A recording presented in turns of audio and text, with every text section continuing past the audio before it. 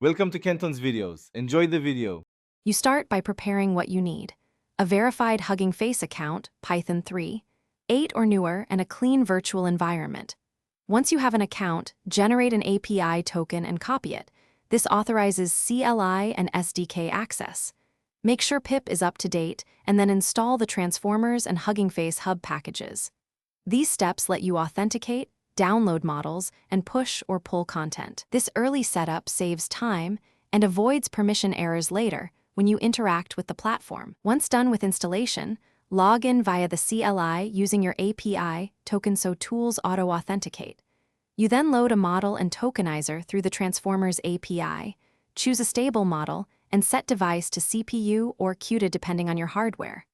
Next, initialize a repository in Hugging Face Hub if you plan to share or version models. Create a repo and push files from your project folder.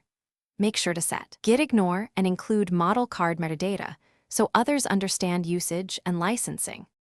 You finish by running a quick local inference to confirm the model and tokenizer work together. This proves your environment and credentials are correct.